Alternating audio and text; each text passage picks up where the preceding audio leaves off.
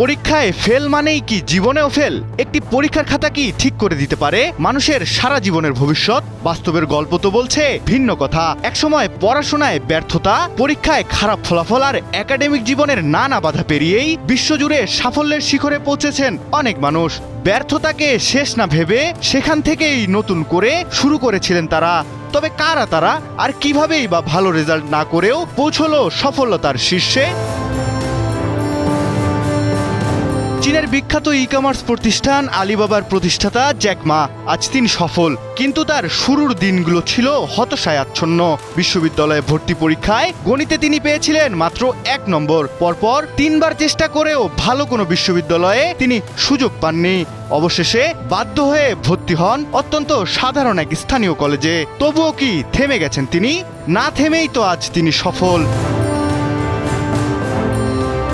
শুধু কি তাই, আমাদের চেনা প্রযুক্তির জগৎটা যার হাত ধরে বদলে গেছে তিনি স্টিভ জবস। তিনিও সফল, কিন্তু তার জীবনের শুরুটা সহজ ছিল না। বিশ্ববিখ্যাত এই মানুষটি কলেজে ভর্তি হলেও পড়াশোনার প্রতি আগ্রহ কম থাকায় তা শেষ করতে পারেননি। তিনিও ছিলেন একজন কলেজ ড্রপ আউট, কিন্তু প্রাতিষ্ঠানিক ডিগ্রি না থাকলেও প্রযুক্তি, নতুন নকশা আর দারুণ উদ্ভাবনী চিন্তায় তিনি ছিলেন সবার চেয়ে দুর্দান্ত। মাত্র 20 বছর বয়সে চরম আর্থিক সংকট আর যন্ত্রণাকে সঙ্গী করে বন্ধুদের সাথে নিজের গ্যারেজে বসেই শুরু করেছিলেন স্বপ্নের কোম্পানি অ্যাপল। কিন্তু ভাগ্যের নির্মম পরিহাসে একসময় তাকে নিজের গড়া প্রতিষ্ঠান থেকেই বের করে দেওয়া হয়েছিল।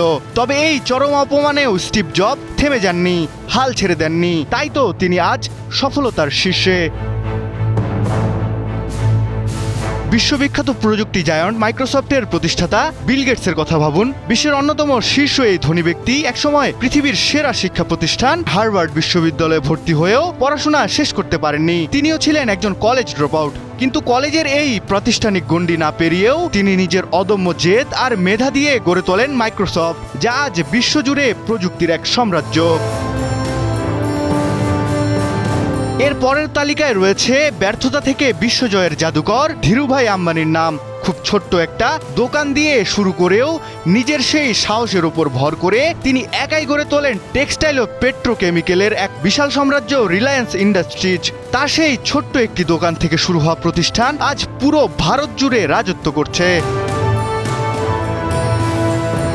এসব সফল মানুষের গল্পের শিক্ষা হলো, পরীক্ষায় ফেল মানেই জীবনের ব্যর্থতা না। খাতার একটি লাল দাগ হয়তো কিছু সময়ের জন্য হতাশ করতে পারে, কিন্তু সেই হতাশাকে জীবনের শেষ অধ্যায় ভেবে নেওয়া ঠিক হবে না। ইতিহাসের বহু সফল মানুষের জীবন বলে ব্যর্থতা কখনোই থামার কারণ নয়।